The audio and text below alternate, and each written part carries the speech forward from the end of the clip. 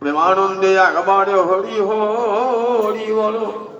নিতাই গৌরী সীতানাথ প্রেমানন্দে একবারে হরি হরি বলো। নিতাই গৌরী সীতানাথ প্রেমানন্দে একবারে হরি হরি বলো। সমবেত ভক্তবৃন্দের চরণে আমার কোটি কোটি দণ্ডবত প্রণিপাত। শ্রীমদ্ ভাগবতের 12টি স্কন্ধ, তার মধ্যে একাদশ স্কন্ধটিকে ভগবানের ললাট বলা হয়েছে। 12টা স্কন্ধ ভগবানের 12টি অঙ্গ।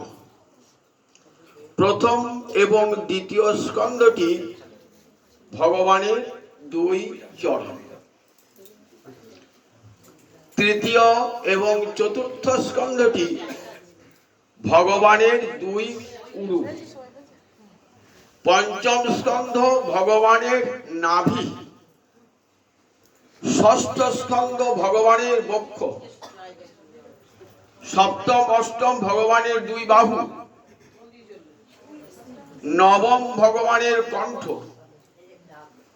দশম ভগবানের মুখারবিন্দ। একাদশ ভগবানের ললাট। দ্বাদশ ভগবানের মস্তক। তাহলে দেখুন, ভগবানও যা ভাগবত তাই। গ্রন্থরূপে ভাগবত কৃষ্ণ অবতার। গ্রন্থরূপে ভাগবত কৃষ্ণ অবতার। ভগবান কৃষ্ণই ভাগবত রূপে অবতীর্ণ হয়েছিলেন। একথা ভাগবতের 11 স্কন্ধে ভগবান নিজ মুখে উদ্ধবকে বলছেন। আমি ভাগবতের মধ্যেই রইলাম। যখন ভগবানের বিরহে উদ্ধব কাতর, তখন ভগবান উদ্ধবকে বললেন যে উদ্ধব, ভাগবতের মধ্যেই আমি রইলাম। তাই শ্রীমদ্ ভাগবত গ্রন্থরূপে ভগবানের অবতার। ভগবানের অবতার তো কত প্রকার হতে পারে। মৎস্য, পূর্ব, বরাহ সব অবতার শুনেছেন তো ভগবানের। আবার বর্ণরূপী অবতার, কৃষ্ণ নাম, এই দুটো বর্ণ অবতার। নাম অবতার, হরে কৃষ্ণ কৃষ্ণ কৃষ্ণ হরে হরে, নাম অবতার ভগবানের। দ্রৌপদীর কাছে বস্ত্র অবতার হয়েছিল ভগবান, বস্ত্ররূপে অবতীর্ণ হয়েছিলেন। তেমনি গ্রন্থরূপ ভগবান অবতীর্ণ হন গ্রন্থরূপে। শ্রীমদ্ ভাগবত আর ভগবান একই। সেই শ্রীমদ্ ভাগবতের 11 স্কন্ধে যেমন অর্জুনকে ভগবান বলেছেন না, গীতা আমার দেহ, তেমনি ভাগবত ভগবানের দেহ। গীতায় আছে অর্জুনের প্রতি উপদেশ, ভাগবতে আছে উদ্ধবের প্রতি উপদেশ। উদ্ধব ভগবানের একান্তী ভক্ত, ভগবানকে ছাড়া কিছুই জানে না। একান্তী তাদেরকেই বলে যারা ভগবান একই অন্ত যাদের, অর্থাৎ ভগবান ছাড়া আর দ্বিতীয় বস্তু কথা ভাবেন না যারা, এমন একান্তী ভক্ত উদ্ধব। সুখদেব কত গৌরব করে বললেন, জানো উদ্ধবকে বৃষ্টিনাং প্রবর মন্ত্রী কৃষ্ণস্য দ্বৈত সখা শিষ্য বৃহস্পতি সাক্ষাৎ উদ্ধব বুদ্ধি সপ্তম। বৃষ্টি বংশ, ওই যদু বংশের একটা শাখার নাম বৃষ্টি বংশ। অনেকগুলো বংশ মিলিয়ে তবে যদু বংশ। আমরা বলি না 36 কোটি যদু বংশ, বৃষ্টি বংশ, ভোজ বংশ, অন্ধক বংশ, এরকম সব বংশ মিলিয়ে বলা হয় যদু বংশ। সেই বৃষ্টি বংশের সর্বশ্রেষ্ঠ মন্ত্রী রাজা উগ্রসেন যখন সিংহাসনে বসেছেন, তখন তাকে যারা মন্ত্রণা দান করতেন, সেই মন্ত্রণা দাতাদের মধ্যে উদ্ধব ছিলেন সর্বশ্রেষ্ঠ। এই বৃষ্টিনাং প্রবর মন্ত্রী কৃষ্ণস্য দ্বৈত সখা, কৃষ্ণের সখা বললেই হতো। কিন্তু দ্বৈত শাখা বলে প্রাণ পৃষ্ঠ সখা। অনেকের অনেক বন্ধু থাকে, কিন্তু দু একজন থাকে হরিহর আত্মা, যাকে নিজের মনের কথা বলা যায় এমন বন্ধু দু একজন থাকে, বেশি হয় না। ভগবানের এইরকম একজন বন্ধু হলেন উদ্ধব, একবারে প্রিয়নট্য সখা। শিষ্য বৃহস্পতি সাক্ষাৎ, সাক্ষাৎ বৃহস্পতির শিষ্য। বৃহস্পতিকে দেবতাদের গুরু, স্বর্গে থাকেন। তাহলে উদ্ধব বেদ বিদ্যা কোথা হতে শিখেছেন? স্বর্গ থেকে। স্বর্গে দেবগুরু বৃহস্পতির কাছে বেদ বিদ্যা শিক্ষা করেছেন। বুদ্ধিতে উদ্ধব সবার সেরা। সেই উদ্ধব ভগবত বিরহে কাঁদছেন। যাওয়ার পূর্বে ভগবানকে কত কথা জিজ্ঞাসা করেছেন। প্রভু, তুমি তো লীলা অপ্রকট করবে, আমার কতগুলো জ্ঞাতব্য কথা তোমার কাছে জেনে নি। সব জানি কিন্তু উদ্ধব, তথাপি জগৎ জীবকে জানাবার জন্য ভগবানের মুখ দিয়ে কথাগুলো বার করা।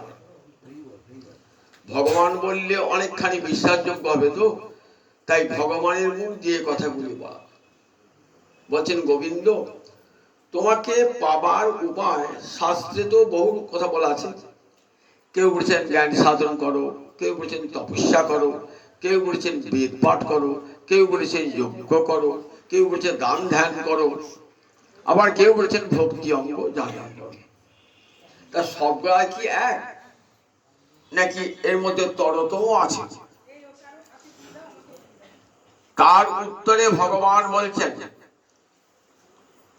শোনো উদ্ধব,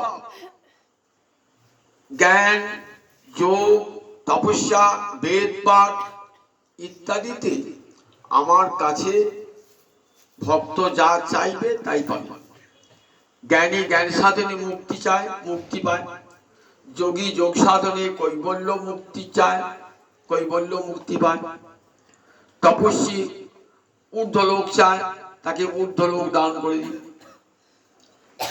বললেন, কিন্তু আমাকে তারা কেউ পায় না। ন সাধয়তি মাং যোগ, ন সাংখ্যং ধর্ম উদ্ধব, ন সাধ্যায় তপস্ত্যাগ যথা ভক্তি মমর্জিতা। বলছেন, ন সাধয়তি, সাধয়তি মানে বশীকরতি, আমাকে বশে আনতে পারে না।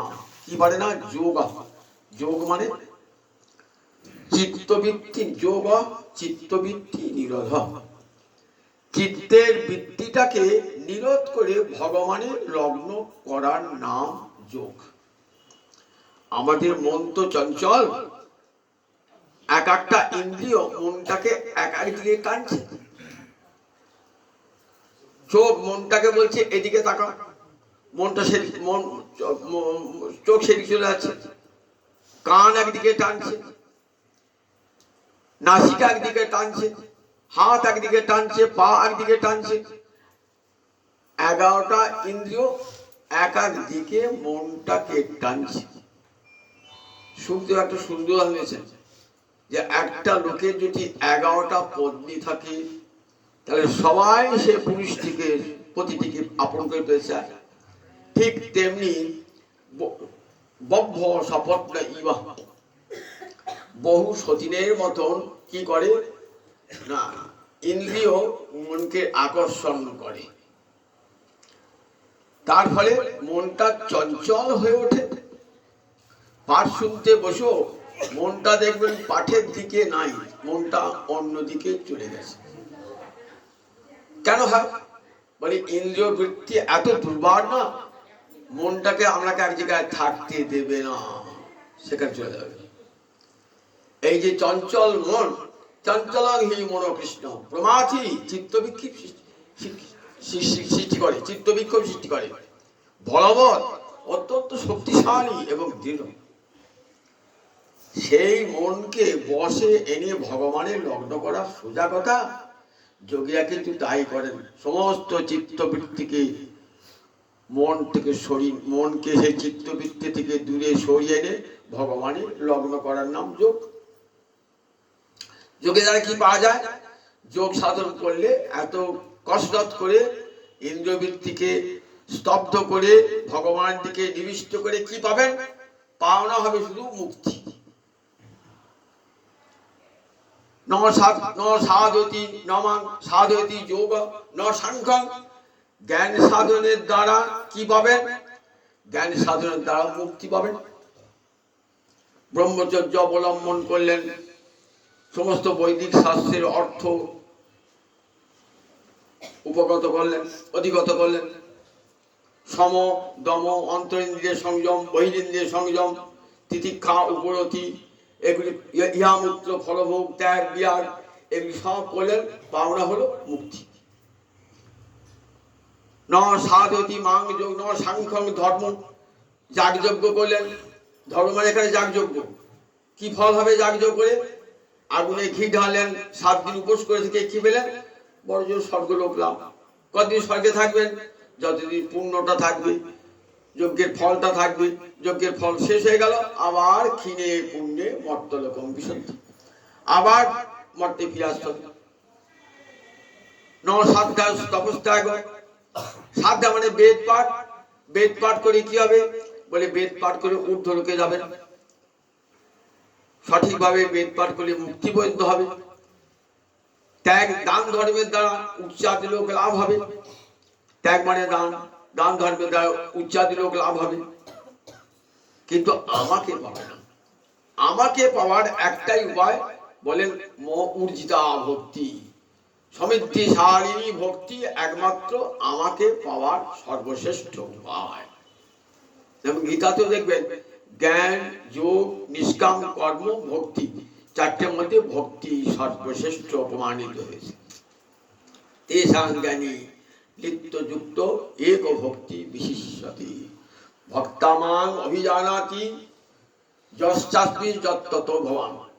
বললেন একমাত্র ভক্তিতে আমাকে জানা যায় সম্পূর্ণ রূপে, সমগ্র রূপে।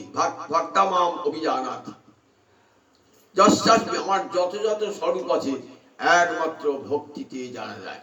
তাহলে গীতা এবং ভাগবত এই দুটি গ্রন্থ, যা বেদ অনুমোদিত দুটি বেদ বাক্যে, বেদ শাস্ত্রের সারাংশ, দুটি কিন্তু বলেছেন দেখো একমাত্র ভক্তির দ্বারাই ভগবানকে সমগ্র রূপে পাওয়া যায়। সমগ্রং মাং যথা জ্ঞাস্যসি তস্যেন। দেখবেন রাজবিদ্যা রাজভক্তি যুগে বলছেন আমাকে সমগ্র রূপে পাবে কেমন করে? শোনো, ভগবানকে সমগ্র রূপে পাওয়া যায় একমাত্র ভক্তিতে। ভক্তি হলো পরমতম সাধন। জ্ঞানীকে, যোগীকে যেতে হয় সাধন করে, ভক্তকে যেতে হয় না। ভগবান স্বয়ং আসেন ভক্তের কাছে। শ্রীমদ্ ভাগবতে একটা কাহিনী আছে, শোনাবো সেটি।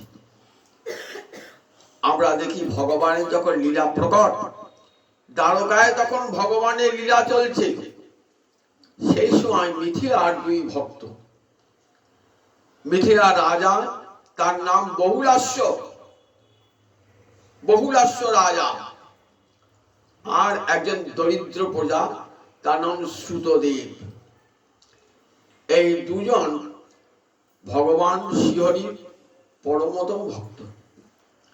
দুজনের অন্তরের ইচ্ছা একবার ভগবানকে গিয়ে দেখে আসি। যে ভগবান আমাদের আরাধ্য, সেই ভগবানকে একবার গিয়ে দেখে আসি দ্বারকায় লীলা প্রকট। কিন্তু যেতে পারছেন না। কেন পারছেন না? না বাড়িতে বিগ্রহ আছে, ভগবত বিগ্রহ আছে। যারা ভক্ত তারা বিগ্রহকে কি মনে করে? প্রতিমা নহতিবি সাক্ষাৎ ব্রজেন্দ্রনন্দন। প্রতিমা সাক্ষাৎ ব্রজেন্দ্রনন্দন। যেদিন প্রাণ প্রতিষ্ঠা করে আপনার বাড়িতে গোপাল প্রতিষ্ঠিত হলো না, সেদিন কিন্তু গোপাল আর ওই পিতলের গোপাল নয়, কাঠের গোপাল নয়, সাক্ষাৎ গোপাল। প্রতিমা নহতিবি সাক্ষাৎ ব্রজেন্দ্রনন্দন। যদি ভগবানের, যদি এই প্রস্তর বুদ্ধি করেন, শিলা বুদ্ধি করেন, ওই পিতল বুদ্ধি করেন, তাহলে কি হবে? অপরাধ ঘটে যায়। একটা কাহিনী শোনায়, রামায়ণের কাহিনী। অন্ধমুনির একমাত্র পুত্র সিন্ধু জল আনতে গিয়েছে, দশরথ শব্দভেদী বাণে তাকে বিদ্ধ করেছে, তার প্রাণ চলে গেছে। দশরথ সিন্ধুকে কোলে করে নিয়ে এলেন অন্ধমুনির কাছে। অন্ধমুনি আর স্ত্রীও অন্ধ, দুজনই অন্ধের জ্যোষ্ঠী ছিলেন এই সিন্ধু। হাও হাও করে কাঁদছেন, কাঁদতে কাঁদতে বলছেন, আমি কি প্রতিমায় শিলা বুদ্ধি করেছিলাম? আমার কেন এমন দুর্বিপাক ঘটল? একমাত্র সন্তান কেন চলে গেল? আমি কি প্রতিমায় শিলা বুদ্ধি করেছিলাম? দেখুন, প্রতিমায় যদি শিলা বুদ্ধি করেন তাহলে কত বড় অপরাধ হয়। দেখুন, অন্ধমুনি শিক্ষা দিয়ে গেলেন, একমাত্র পুত্রের বিয়োগ হয়ে গেল, সেই জন্য সাধু সাবধান। ঘরে যেদিন গোপালকে প্রতিষ্ঠা করলেন, গোবিন্দকে প্রতিষ্ঠা করেন, জানবেন সেদিন থেকে তাকে সেবা দিতে হবে। আপনি যেমন সেবা করে জীবন ধারণ করছেন, আমার গোপালটি তেমনি মনুষ্যবৎ আত্মবৎ সেবাটি হবে।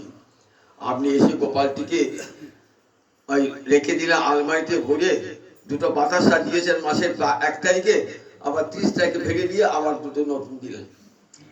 বলছে আমার একটা গোপাল আছে তো, আমি গোপাল সেবা করি তো। কেমন গোপাল সেবাটি করেন? আচ্ছা, আপনাকে যদি মাসের প্রথম দিন দুটো বাতাসা দেওয়া হয় আর শেষের দিন দুটো বাতাস দেওয়া, বেঁচে থাকবেন কে? কিন্তু আমাদের কেমন গোপাল সেবা দেখুন, দুটি বাতাসা দিয়ে কি দুটি চিনি দিয়ে কি দুটি মেজির দানা দিয়ে গোপাল সেবা হয়ে গেল। তাহলে ঘরে যখন সেবা কি করবেন, কেমন হবে? আত্মবৎ সেবা। নিজে যেমন করে খেয়ে বেঁচে আছি তেমনি করে আমার গোপালকে মাধবকে খাওয়াবো, এই বোধটা থাকতে প্রতিমায় শিলা বুদ্ধি। আমার বিগ্রহকে ঘরে রেখে দিয়ে আমি দেশ বিদেশে ঘুরতে লাগলাম, দেশ বিদেশে ঘুরতে লাগলাম, আমার বিগ্রহ বাড়িতে পড়ে থাকলো। সাধু জনের বলে, না, বিগ্রহ নয়, তুমি সাক্ষাৎ প্রতিমা, তুমি ব্রজেন্দ্র নন্দন, তোমাকে ছেড়ে কোথায় যাব?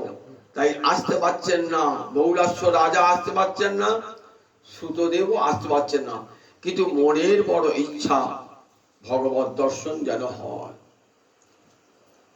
প্রতিমা ভগবানের নাম আর ভগবানের স্বরূপ 3 এক। চৈতন্য চৈতামৃত পড়ে দেখবেন, নাম বিগ্রহ স্বরূপ 3 এক রূপ। নাম কৃষ্ণ, নাম যা কৃষ্ণ বিগ্রহ তাই, আবার কৃষ্ণ স্বরূপ গোলকেশ্বর গোবিন্দ তাই। নাম বিগ্রহ স্বরূপ 3 এক রূপ। 3 থেকে 1 বলে ভাবনা করতে হবে যে আমার গোটা মাটির পুতুল, এ ভাবলে অপরাধ হয়ে যাবে। শুনলাম তো অপরাধের ফলে কি দশা হয়েছিল। তাই সবসময় ভাববেন যে না, যেদিন থেকে প্রাণ প্রতিষ্ঠা করেছি সেই আমার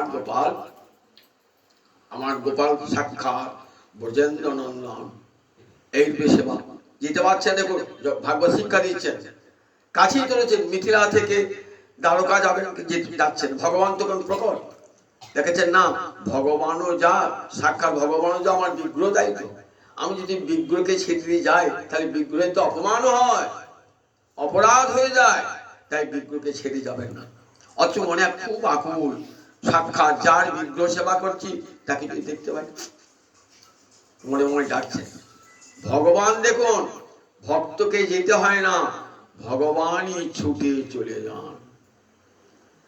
ভগবান মুনি ঋষিদের সঙ্গে নিয়ে চলে গেলেন কোথায়? সঙ্গে নিয়ে মিথিলায় গিয়েছেন। শুনতে পেয়েছেন বহুলাস্য রাজা আর সুতদেব, ভগবান শ্রীহরি আজ মিথিলায় এসেছেন। দুজনই তো ভক্ত, দুজন, প্রভু আমার গৃহে এসো। সুতদেব বলছেন, প্রভু আমার গৃহে এসো। বহুলাস্য বলছেন, প্রভু আমার গৃহে এসো। এক ভগবান কি করে যাবেন? মানুষ করে যেতে পারবেন, কিন্তু ভগবান পারেন না। রাসের সময় সব গোপী চাইছে কৃষ্ণ আমার কাছে থাকো। শতকোটি গোপী, তা সেখানে গোবিন্দ শতকোটি হয়েছে, শতকোটি হয়ে প্রতিটি গোপীর কাছে রয়েছে এক এক গোপী, এক এক কৃষ্ণ। তাই যদি বলেন দু জায়গায় ভগবান যেতে পারবেন না, দুই জায়গাতেই ভগবান গেলেন। কিন্তু কোন ভক্ত জানতে পারলো না যে ভগবান দুটো মূর্তি ধারণ করে একটা মূর্তিতে গেলেন বহুলাস্যের ঘরে, আর একটা মূর্তিতে গেলেন আমার কাছে। তাহলে ভগবান তো আধখানা হয়ে গেল, গোটা ভগবান তো এলেন না। কিন্তু কেমন ভগবানের যোগমায়ার কৌশল দেখুন। বহুলাস্য ভাবছেন গোবিন্দ আমার ঘরেই এলো, সুতদেবের ঘরে গেলেন না। সুতদেব কাঁদতে কাঁদতে ফিরে গেল। আর সুতদেব ভাবছেন গোবিন্দ আমার ঘরে এলো, বহুলাস্য কাঁদতে কাঁদতে ফিরে গেল। এমন যোগমায় লীলা কৌশল জানতে দেবেন না ভক্তকে। ভগবান দ্বিধায়িত হয়েছেন, শতকোটি রূপ যে ধারণ করতে পারে, সে দুটো রূপ ধারণ করতে পারবে না। এক রূপে চলে গেলেন বহুলাস্যে, আর এক রূপে চলে গেলেন সুতদেবে। দেখুন তাহলে যে বিগ্রহের সামনে তিনি প্রার্থনা করতেন, সেই বিগ্রহে আর সচল বিগ্রহে তার কাছে গিয়েছে। সচল বিগ্রহে জগৎকে দেখালেন, দেখো যে ওই বিগ্রহ তো আমি, ওই বিগ্রহের আরাধনা করলে আমাকেই পাওয়া যায়, আমাকেই পাওয়া যায়। বিগ্রহ যদি সেবা করেন, বিগ্রহ আপনাকে কথা বলবে, বিগ্রহ কথা বলবে। একটা কাহিনী শোনাই। বৃন্দাবনে অনেকে গিয়েছেন তো, বৃন্দাবনে লুই বাজারে দেখবেন পিসিমার নিতাই গৌর আছে। লুই বাজারে পিসিমার নিতাই গৌর, যদি কেউ দেখছেন যে বলেন পিসিমার নিতাই গৌর দেখবেন লুই বাজারে গিয়ে। এই নিতাই গৌরের কাহিনী জানেন? এই নিতাই গৌর কোথাকার? শিউরির কাছে একটা রায়পুর বলে গ্রাম, সেই গ্রামে মুরারি গুপ্তের সেবিত ছোট্ট নিতাই গৌর ছিল। মাটির তলায় কিভাবে চলে যায়, হারিয়ে যায়, কেউ জানতেই পারে না। যেখানে চরণটির উপরে লেখা আছে মুরারি গুপ্ত, কেউ জানে না হরিশ পানে কতদিন আগে মাটির তলায় পড়ে গেছে। রাখালেরা গরু চড়াতে যায়, দেখছে একটা গাভী প্রতিদিন এসে দাঁড়ায়, আর তার বাঁট থেকে দুগ্ধ ক্ষরণ হয় ঠিক একই জায়গায়। রাখাল বালকেরা গিয়ে গ্রামের লোককে খবর দিলেন। গ্রামের লোকেরা মাটি খুঁড়ে দেখছেন নিতাই গৌর বিগ্রহ। গ্রামের লোকেরা সে বহু ধুমধাম করে বিগ্রহ প্রতিষ্ঠা করলেন, একটা মন্দিরও প্রতিষ্ঠা করলেন। গ্রামের লোকে মিলে সেবা করবে কে? ভগবান তার নিজের সেবক নিজেই জোগাড় করে নেন, আপনাকে চিন্তা করতে হয়। সিদ্ধ বলরাম বাবাজি এসেছেন, এসে তার তো সংসার নাই, এসে ওই নিতাই গৌরের সেবা আরম্ভ করে। খুব ধুমধামে সেবা হয়। এদিকে নদিয়া জেলার এক জমিদারের পুত্রবধূ বাল্য বিধবা, তিনি কার্য ব্যাপনে শিউরিতে জমিদারির কাজে শিউরি গিয়েছেন। ঠিক নিতাই গৌরের পাশে তার বাড়ি। প্রতিদিন নিতাই গৌর দর্শন করে, আর মরিচ্ছা জায়গায় নিতাই গৌরকে পায়েস খাওয়া। এক মন দুধের, জমিদারের পুত্রবধূ তো, প্রতিদিন এক মন দুধের পায়েস খাওয়ান, এক মন দুধের পায়েস প্রতিদিন খাওয়ান। একদিন নিতাই গৌর স্বপ্নে বলছে যে মা, তুই নিজ হাতে পায়েস রান্না করে আমাদের খাওয়া। কি করে আমি নিজ হাতে তো পায়েস রান্না করে খাওয়াবো মনে হয় ভাবছি। সকাল উঠে সিদ্ধ বলরাম বাবাকে বলছেন, বাবা নিতাই গৌর আমাকে স্বপ্নে দিয়েছে, বলছেন যে আমাকে তুমি নিজ হাতে পায়েস রন্ধন করে আমাকে খাওয়া। বলে মা ঠিকই দিয়েছ, তুমি ভাগ্যবতী, কিন্তু মা অদীক্ষিত ব্যক্তির দ্বারা ভোগ রান্না হলে সেটি ভগবানের সেবায় লাগে না। তোমার তো দীক্ষা হয় নাই, সুতরাং তোমার হাতে পাচিত অন্ন বা কিছুই ভগবানের সেবায় লাগবে না। দেখুন দীক্ষা ছাড়া মানে কি কারণ, দেখুন বাড়িতে গোপাল গেছেন, দীক্ষা নাই, গোপালের সেবা করছেন, তাহলে বুঝুন গোপাল সে সেবা নেয় কি না? নেয় না, এক কথায় গোপাল সে সেবা নেয় না। আপনার কানে মন্ত্র না, বাড়িতে একখানা মেলা খেলায় বেড়ায় দিয়ে গোপাল নিয়ে এসে রেখে দিয়েছে। সেবা নিচ্ছে গোপাল, নেবে আপনার হাতে নেবেই না। আপনার হাতের জল তো অপবিত্র, সাধুরা খাবে না আপনার হাতের জল। বলেন মা তোমার দীক্ষা হয় নাই, হাতখানা খুব সুন্দর দেখাচ্ছেন, হাতে একগাদা গয়না দেখাচ্ছেন, বলেন যতই হাতে গয়না থাক আর হাতখানা যদি ফর্সা সুন্দর হোক, ও হাতের কোনো মূল্য নাই, ও হাতে খাবো না। কারণ দীক্ষা গ্রহণ করো নাই, দীক্ষা গ্রহণ না করলে খাবে না। এসে বললেন বলেন বাবা, মা শোনো মা, দীক্ষা নিয়ে এলে তোমরা কে আমাকে দীক্ষা দেবে? এসো আমি তোমাকে দীক্ষা দান করি। দীক্ষা দান করলেন, দীক্ষা দান করে নিজ হাতে পায়ে জল করে খাওয়াচ্ছেন। খুব নিতাই গৌর পরিতৃপ্ত। এবার মা ভাবছেন জমিদারি কার্য সারা হয়ে গেল, এইবার দেশে ফিরে যাবো। মনে মনে পরিকর সব পড়লা পুলি সব গুছিয়েছেন, বাস্কর পেট সব গুছিয়েছেন, যাবেন। রাত্রিবেলা এসেছেন, নিতাই গৌর আমাদেরকে ছেড়ে যাবি, আমাদেরকে ছেড়ে যাবি? না মা, তুই মা, আমাদের কি করে আমাদেরকে কে খাওয়াবে, আমাদের কে আদর করবে, যাবি না? রাত্রিবেলা দেখছেন তুই নিতাই আর গৌর দুজন কাপড় ধরে টানাটানি করছে, কাপড় দেওয়া টানতে কাপড় ছিঁড়েও গেছে, ছিঁড়েও গেছে। সকাল উঠে দেখছেন স্বপ্ন তো নয়, সত্যি কাপড়টা ছেঁড়া। বড়রাম বাবুকে বলছেন বাবা দেখুন তো আমার কাপড়টা ছেঁড়া। নিতাই গৌর হাতে আছে কিনা। বড়রাম বাবা সকালবাদ কি করলেন, তাড়াতাড়ি করে স্নান টান করে দরজা খুলে দেখছেন নিতাই গৌর হাতে এই শাড়ির খাটটা ছেঁড়া অংশ। নয়ন জলে ভাসছেন মা তুমি ভাগ্যবতী, মা তুমি থেকে যাও। সেই থেকে যান মা, আর ওই শিউরির ওই মন্দিরের পাশেই থেকে যান, নিতাই গৌরের সেবা করেন। মায়ের তখন বয়স কম তো, আর রয়েছেন বাবাজি, রয়েছেন একমাত্র পুরুষ মানুষ। লোকে তো অপবাদ দেওয়ার জন্য তৈরি হয়ে রয়েছে, লোকের মুখ থেকে বন্ধ করতে পারবে না। মা শুনলেন, মা মনে বড় দুঃখ পেলেন, বলেন বাবা আমি এখান থেকে চলে যাবো। নিতাই গৌরকে বলছেন তোর সেবা কর, তোমার সেবা, তুমি দুজনের সেবা আমি করতে পারবো না, জানিস তো লোকে কত কানাকানি করছে, কত অবাদ করে দিচ্ছে।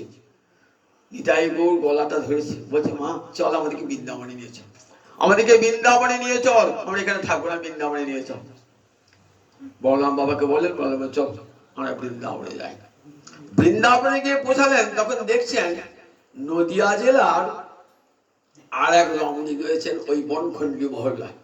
সে বলে আমার বাড়িতে আমি একাই থাকি, মন্দির আছে, তোমার নিতাই গৌরকে আমার মন্দিরে নিয়ে এসো। তাকে সবাই পিসিমা বলতো, তাকে সবাই পিসিমা বলতো, আরে ও পিসিমা। এইবার পিসিমার থাকলেও নবতী সবাই পিসিমার নিতাই গৌর বলে জানেন, পিসিমার নিতাই গৌর প্রতিষ্ঠা হয়েছে বনখণ্ডী মহল্লায়, পিসিমার নিতাই গৌর প্রতিষ্ঠা হয়েছে। সেবা হয়, কেমন সেবাটি হয় দেখুন, কেমন আদরের সঙ্গে সেবাটি হয়। শীতকালে গোপেশ্বর গোস্বামী, নিত্যানন্দ বংশে গোস্বামী সেবা করতো তো, তা শীতকালে জলটা গরম করে, একটু গরম করে নিতাই গৌরে স্নান করা হতো। গোপেশ্বর ভাবছে ও বিগ্রহ তো কি করে, ও গরম জল করবো দরকার নাই, কোন রকমের ঠান্ডা জল দিয়ে স্নান করিয়েছে। স্বপ্নে দেখছে আমার নিতাই কাশছে, গৌর কাশছে। বলছি আচ্ছা গোপেশ্বর তুমি কি জল দিয়ে স্নান করাও, কেন এই ঠান্ডা জল স্নান করাই? নিতাই গৌরের ঠান্ডা লেগেছে, কাশছিল নিতাই গৌর। তা হয় নাকি মা? বললেন হ্যাঁ কাশি দেখবে, নিতাই গৌরী ভিতরে শ্রেষ্ঠা দেখবে, দেখবে। এই বলি নাকটা টেনেছেন নিতাই, এই সঙ্গে সঙ্গে শ্রেষ্ঠা বেরিয়ে চলে এসছে। গোপেশ্বর তো দেখে অবাক, তোমার গৌর সেবা হয় নাই, দেখেছো কেমন করে সেবা করতে হয়, আত্মবাদ, একটু জলটাকে গরম করে সেবা করো নাই। গোপেশ্বর সেদিকে বুঝলেন এই মা যে সে মা নয়, এই মা কেমন সেবা করছেন মা। গোপাল নিতাই গৌর তার প্রেমে বশীভূত, ন সাধতি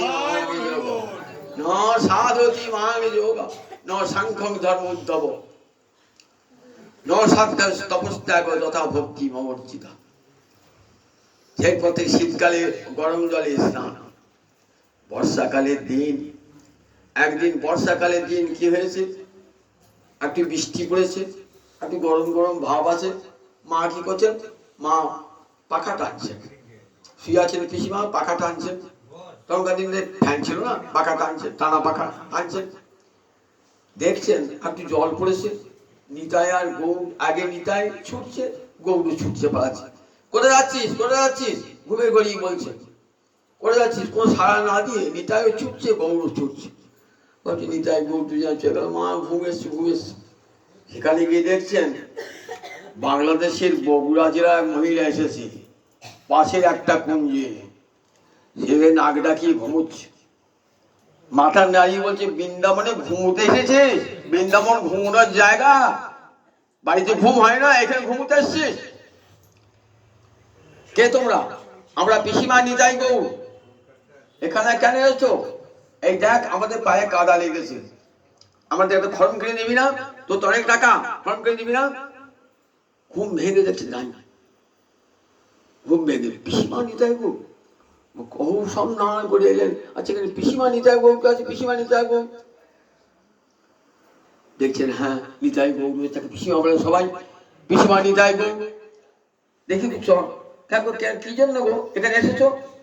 তা বলে জানো, এই নিতাই গৌর আমার কাছে গিয়েছিল, আমার কাছে গিয়ে কি বলছে জানো? আমার কাছে গিয়ে বলছি যে আমার আমার পায়ে খড়ম নাই একটা, দেখছি না আমার পায়ে কাদা লেগেছে, একটা খড়ম কিনতে পারছিস না। তা আমি দেখবো সত্যিকার বটে কিনা। গিয়ে দেখছি সিংহাসনে দুজন বসে আছে বটে, দুজনই পায়ে কাদা লেগে আছে, পায়ে কাদা লেগেছে, হাও হাও করে কাঁদছেন সেই বগুড়া জেলার মাসিমা। রূপর খড়ম নিয়ে নিতাই গৌরকে দিয়ে এলেন। আজও বৃন্দাবনে গিয়ে দেখবে সেই রূপর খড়ম আজও আছে, পিসিমা নিতাই গৌর সেই রূপর খড়ম আজও আছে বৃন্দাবনে। লুই বাজারে পিসিমা নিতাই গৌর দেখবে সেই খড়ম থেকে আজ খড়ম রেখে আছে। আবার একজন ভক্তের কাছে দিয়েছেন, বড় তোতে মেলা টাকা, দেখছি আমাদের পা দুটো খালি, কোনো অলংকার নাই, দুটো পায়ের নুপুর গড়িয়ে দিবি না? নুপুর গড়িয়ে দিয়েছে। মা বলে আচ্ছা এই একটা একটা জিনিস অলংকার নিয়ে আসছো, বামুনের ছেলে চাইছে, তোমাদের তো লজ্জা হবে না? বামুনের ছেলে বলে চেয়েছে নিয়ে এসছো, চেয়েছি যত অলংকার। তারপর দেখতে যে গোপেশ্বর করেছে কি সব অলংকার গুলো চুরি করেছে, কুবুদ্ধি দিয়েছে। কে চুরি করলো? মন্দিরে তো গোপেশ্বর ছাড়া কেউ ঢোকে না।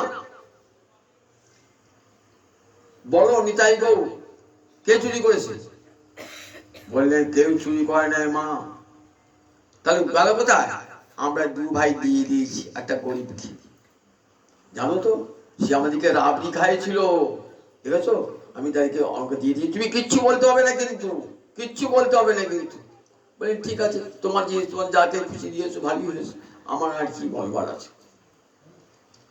এমনি করে নিতাই গৌরের কত আবদার। নিতাই গৌরের গোপেশ্বর অনেক যুক্ত হয়েছে, গোপেশ্বর আর সেবা করতে পারছেন না।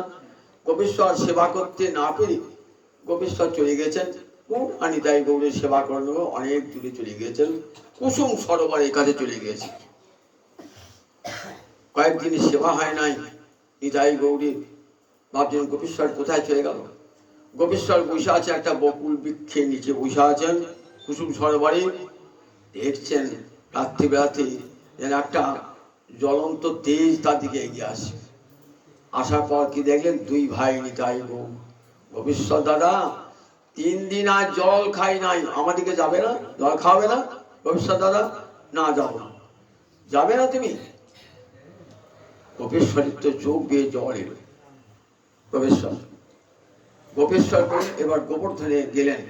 গোবর্ধনে একজন বলছে দেখো গো নিতাই গৌরের সেবা হচ্ছে না, তুমি যাবে না? নিতাই গৌরের না, নিতাই গৌরের সেবা করতে পারো না। দেখি নিতাই গৌর যদি নিতে আসে তবে যাবো। দেখছি একটা গরুর গাড়ি এসছে, চলো গোপেশ্বর দাদা নিতাই গৌরের সেবা করতে হবে। এইবার গোপেশ্বর যাবেন, নিতাই গৌর সাক্ষাৎ ডেকে নিচ্ছেন কাছে সেবা দেওয়ার জন্য। নিতাই গৌরের সেবা গ্রহণ করবার জন্য ছুটে যাচ্ছেন। দেখেছেন কেমন করে সেবা গ্রহণ করে নেয়। ভক্তের অন্তরে যদি সেবার অভিলাষ জাগে তবেই ভগবান সেবা গ্রহণ করেন।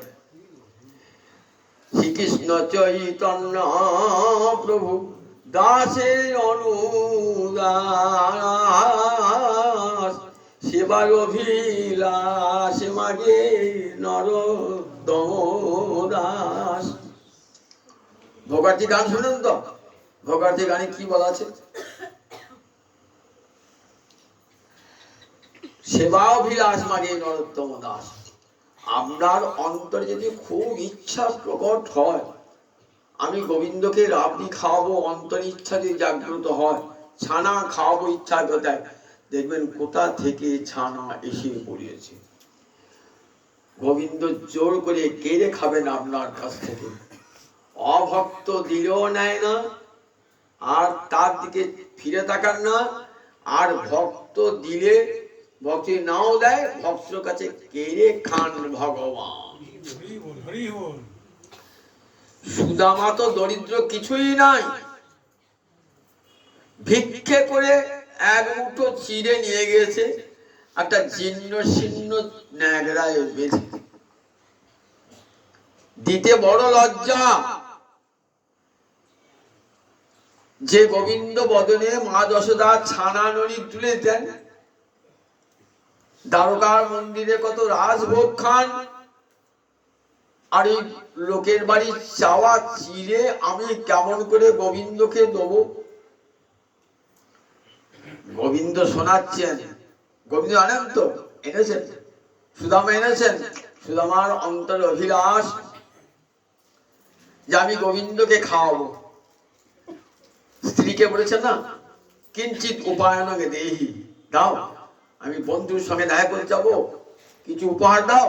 কতদিন বাদে বন্ধুর বাড়ি যাচ্ছি, একটু মিষ্টি টিষ্টি না নিয়ে গেলে হয়? তা কোথায় মিষ্টি পাবে? ভিখিরি দুটো ছিঁড়ে নিয়ে গেছে, তাও লোকের বাড়ি ছিঁড়ে, সেটা আর খুলতে পারছেন না।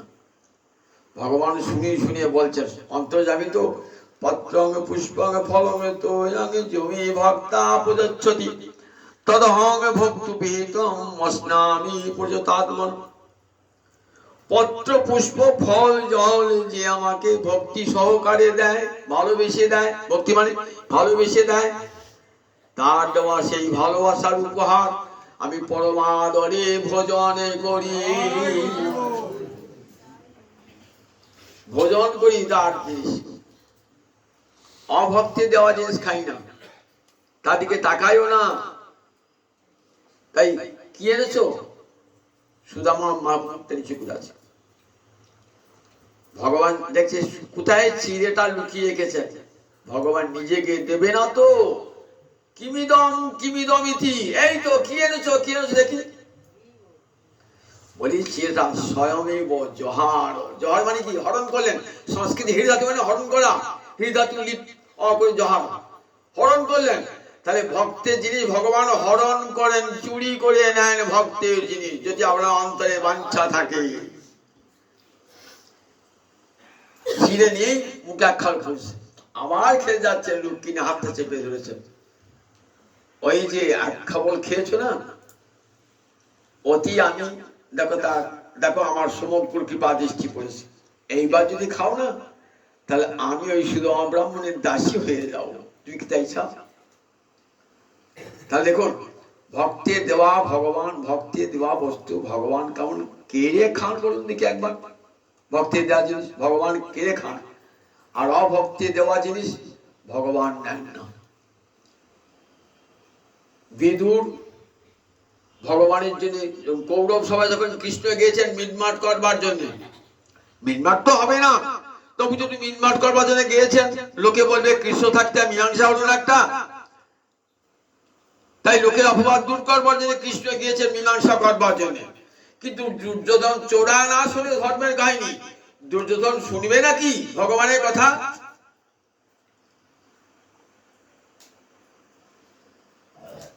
বললেন সূচের অগ্রভাগে যে পরিমাণ ভূমি বিদ্ধ হয়, তাও আমি দেব না যুদ্ধ ছাড়া।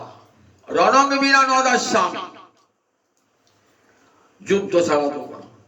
তোমার শেষ কথা? বলে আমার প্রথম কথা, আমার শেষ কথা। ঠিক আছে, চলো বন্ধু, অনেক বেলা হয়েছে, আমার বাড়িতে খেয়ে যাবে। কৃষ্ণকে খাওয়াবেন বলে মধ্যাহ্ন অতীত হয়ে গেছে, চলো খাবে বলে অনেক কিছু রন্ধন টন্ধন করিয়েছেন। বলে ভাই ক্ষুধা পায় না, আমার ক্ষুধা পায় না। ক্ষুধা কিন্তু ভগবানে পেয়েছে।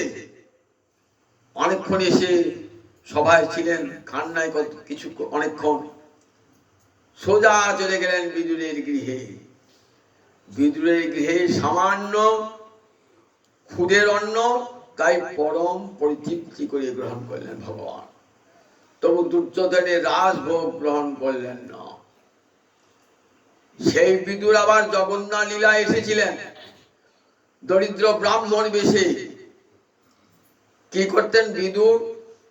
পিঠে তৈরি করে, 3টে করে পিঠে তৈরি করতেন, জগন্নাথ, বলরাম, সুভদ্রা।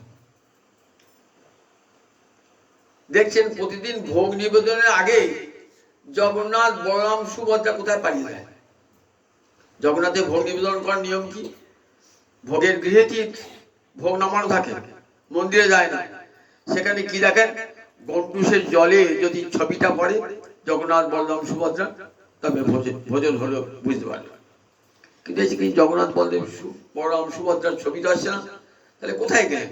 এবং পরপর 3-4 দিন রাজাকে জ্বালায়, তাহলে জগন্নাথের ভোগ হয় না কি? জগন্নাথের একদিন পুরীর খবর নিচ্ছে, কোথায় যায় দেখি। দেখছেন ভোগের আগে জগন্নাথ, বলরাম, সুভদ্রা 3 জনে চলেছেন কোথায়? পাশে একটা বিদুর ছাতি বলে জায়গা আছে, সেখানে এক দরিদ্র ব্রাহ্মণ তার গিয়ে বসে পিঠে খাচ্ছেন ভগবান। সেই থেকে আজ জগন্নাথের ভোগে পিঠে দেওয়া হয়, পিঠে দেওয়া হয়। তাহলে দেখুন, ভগবান ভক্তির বশীভূত, তিনি উপচারের বশীভূত নন, ভক্তির বশীভূত। ভগবান ভক্তিতেই ভগবান সাড়া দেন, ভগবান কথা বলেন। ভগবানকে খাওয়াতে জানতে হয়, বেশি দূর যেতে হবে না। এই শ্রীখণ্ডে দেখেছেন তো, শ্রীখণ্ডে রঘুনন্দনের নাম শুনেছেন তো? কে ছিল রঘুনন্দন? নরহরি সরকারের ভ্রাতুষ্পুত্র, মানে ভাইপো, মুকুন্দের সন্তান। দেখুন, বাল্যকাল থেকে খেলাধুলায় মত্ত, 5 বছরের ছেলে। বাবা বললেন, আজ আমার একটা রোগী দেখতে যেতে হবে, তুই আজ গোপীনাথের ভোগ লাগাবি। গোপীনাথের ভোগ লাগিয়েছেন, নাড়ু দিয়েছেন। দেখছেন গোপীনাথ খাচ্ছেন না, নিচে নেমে আসন পাতাতে আসছে না। ঠাকুর, আমার বাবার কাছে খাও, আমার কাছে খাবে না? আমার বাবার কাছে খাও, আমার কাছে খাবে না? ঠাকুর তো ছাড় দিচ্ছেন, দেবে না ঠাকুর? আমার কাছে বাবাকে বকা খাওয়াবে, তুই খাবে না, তুই খাবে না? খুব কাঁদছেন না রঘুনাথ, বাবা আমাকে মারবে, তোমার ভোগ সেবা হলো না, তোমার সেবা হলো না। নয়ন জলে ভাসছে, তোমার সঙ্গে আর গোপীনাথ আমার আর বন্ধুত্ব থাকবে না, ভালোবাসা থাকবে না। নয়ন জলে ভাসছে। দেখছেন গোপীনাথ সিংহাসন থেকে নেমে এসেছে, নেমে এসে হাতে নাড়ু নিয়ে খাচ্ছে।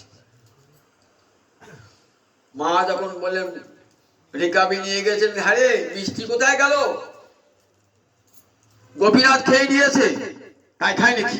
রোজ তো বাবা ভোগ দেয়, তুই খেয়েছিস? বলে, মা বিশ্বাস করছো না তো, আমি খাই নাই। বাবা এসে রুগী দেখে এসে বলছেন, গোপীনাথ প্রসাদ দাও। প্রসাদ দাকে ছেলে খেয়ে নিয়েছে। খেয়ে নিয়েছে? বলে হ্যাঁ। বলছি গোপীনাথ খেয়ে নিয়েছে। হ্যাঁ রে রঘুনন্দন, গোপীনাথ খেয়ে নিয়েছে? বলে হ্যাঁ, গোপীনাথ খেয়ে নিয়েছে। বাবা বিশ্বাস কর, বাবা 3 সত্য করে বলছি, গোপীনাথ খেয়েছে, গোপীনাথ খেয়েছে, গোপীনাথকে বিশ্বাস কর। বলে ঠিক আছে। স্ত্রীকে বলে বকাবকি করো না, আর একদিন পরীক্ষা করে দেখবো। সেদিনও ছল করে বললে, আমার একটা রুগী আছে, তুই গোপীনাথের সেবা দিস। সেদিন কিন্তু সত্যিকারের রুগী নাই, পরীক্ষা করে দেবে। গোপীনাথকে নাড়ু নিবেদন করেছে। বাবা একটু দূরে, দরজা বন্ধ তো, ভোগের সময় দরজা বন্ধ থাকে তো। গোপীনাথ খাবে না, আমার বাবার হাতে খাও, আমার হাতে খাবে না করে খুব কান্নাকাটি আরম্ভ করেছে। ঠাকুর, যদি না খাও আমি এখানে প্রাণ বিসর্জন দেবো। দেখছেন সুরসুর করে নেমে আসছে, এই কপাটের আড়াল দিয়ে দেখছেন নেমে আসছেন গোপীনাথ। গোপীনাথ নেমে এসে কি করছেন, নাড়ুটি মুখের গোড়ায় নিয়ে গেছেন। বাবা দেখছেন, মুকুন্দ দেখছেন কপাট আড়ালে, গোপীনাথের নজর পড়ে গেছে। মুকুন্দ দেখছেন, আর মুখে গেল না, ওই ঠোঁটের গোড়ায় এই নাড়ুটি রয়েছে। আজ দেখবেন শ্রীখণ্ডে সেই গোপীনাথের হাতে নাড়ু। তাহলে ভগবানকে খাওয়াতে জানলে ভগবান খান। বিগ্রহ নও তুমি, সাক্ষাৎ ব্রজেন্দ্র নন্দন। সাক্ষাৎ প্রতিমা নও তুমি, সাক্ষাৎ ব্রজেন্দ্র নন্দন। যখনই বাড়িতে সেবা দেবেন এই কথা ভাববেন যে গোবিন্দ খাচ্ছে। তাহলে আমার সামনে কি করে খাওয়ার পর আমি প্রসাদ পাবো তো, বলে আমার সে কি সব ফিরিয়ে দিয়েছেন, এইটি ভাবনা করতে হবে। মাধবেন্দ্রপুরে অন্নকূট উৎসব করলেন, সব গোপাল কতদিন খায় নাই, গোপাল তো কত বছর পর বছর খায় না, সব খেয়ে দিল, সব খেয়ে দিল। আবার দেখছেন গোপাল সব শূন্য হয়ে গেছে, পাত্র শূন্য হয়ে গেছে। আবার দেখছেন যেমন কাঠ তেমন সব, গোপাল আবার সব দিয়ে গেল প্রসাদ খাওয়ার জন্য। তা এটি মনে ভাবনা করতে হয়, গোপাল সব খেয়েছেন, খেয়ে আবার দিয়েছেন। তাই প্রতিমান হও তুমি, সাক্ষাৎ ব্রজেন্দ্র নন্দন। ভগবানের সেবার সাহেব ভাবতে হয়, এটি কাঠের পুতুল নয়, এটি পিতলের পুতুল নয়, এটি স্বর্ণের প্রতিমা নয়, এটি সাক্ষাৎ ভগবান মূর্তি। তাই প্রতিমান হও তুমি, সাক্ষাৎ ব্রজেন্দ্র নন্দন, এই ভাবনা সুতদেব আর গৌরাস্য এমনি করে ভগবানের সেবা করেছেন। কেমন ঠিক দেখুন, ভগবানের বিগ্রহ আর ভগবানকে সাক্ষাৎ এক ভেবেছেন।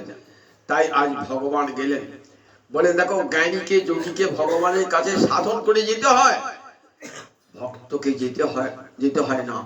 ভগবানই আছেন সভৃত্যং দিদিক্ষয়া, নিজের ভৃত্যকে ভক্তকে দেখবার জন্য মধুবনে যখন ধ্রুব কাঁদছেন, সভৃত্য দিদিক্ষয়া, নিজের ভক্তকে দেখবার বাঞ্ছায় ভগবান মধুবনে এলেন তার প্রিয় ভক্তকে দেখবার জন্য।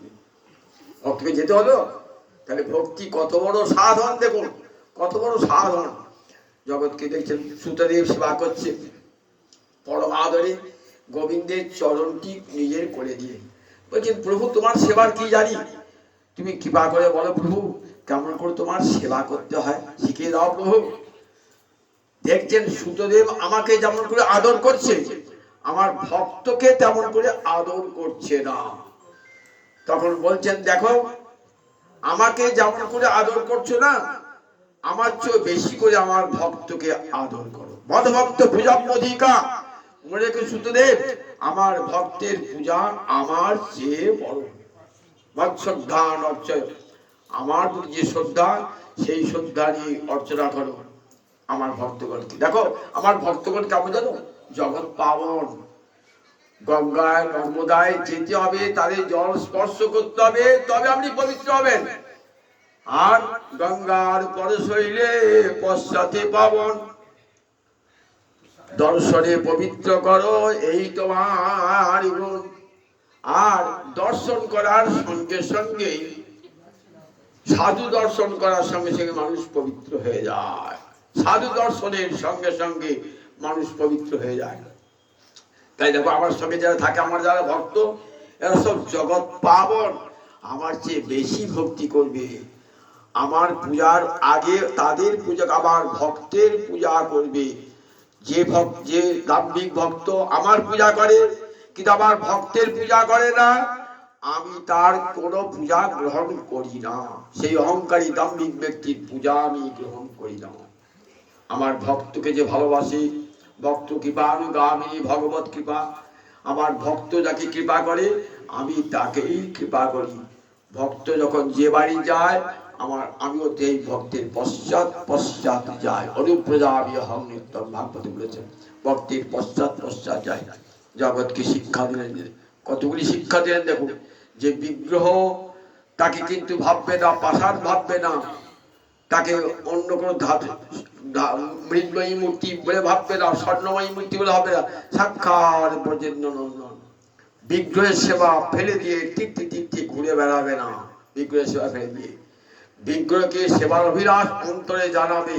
অন্তরে অভিলাষ, যদি অন্তরে অভিলাষ থাকে তাহলে ভগবান তোমার জিনিস যেচে খাবেন। ভগবান যদি দীক্ষা না হয়, ভগবান তোমার হাতে আহার গ্রহণ করবেন না। আর আমার ভক্তের পূজা আমার চেয়েও বড়, সেটি জগৎকে দেখালেন এই কাহিনীর মধ্য দিয়ে সুতদেব আর বহুলাস্যের মধ্যে জগৎকে দেখালেন আমার ভক্ত বড়। ভক্ত বড় না ভগবান বড়? ভাগবত বলেন ভক্ত বড়। আগে ভক্তকে আদর করো, ভগবান আপনা আপনি যাবেন। আপনি ভক্তকে ঘরে নিয়ে আসেন, ভগবান আপনা আপনি আপনার ঘরে ঢুকবেন। ভক্তকে আদর করলে, ভক্তকে সম্মান করলে ভগবান তার সেই গৃহের প্রতি প্রসন্ন হন। তাই সবসময় ভক্তকে আদর করুন। ভাগবতী বলা আছে মদ ভক্ত পূজা পরিকা, আমার ভক্তের পূজা আমার চেয়ে। ভাগবতে শিক্ষা দিলেন, ভাগবতে কাহিনী শিক্ষক দেবতী মহারাজ দেখো ভগবান ভক্তির বশীভূত না সাধয়তি মাং যোগ বললেন না, আমাকে কেউ বশীভূত করতে পারে না, একমাত্র উচিতা ভক্তি, এই একান্ত ভক্তি আমাকে বশীভূত করে দেয়। আমি ভক্তের বশীভূত হয়ে যাই। অহং ভক্ত পরাধীন, জগতে কেউ আমাকে অধীন করতে পারে না, কিন্তু ভক্ত আমাকে অধীন করে নেয়। জয় নিতাই, জয় নিতাই।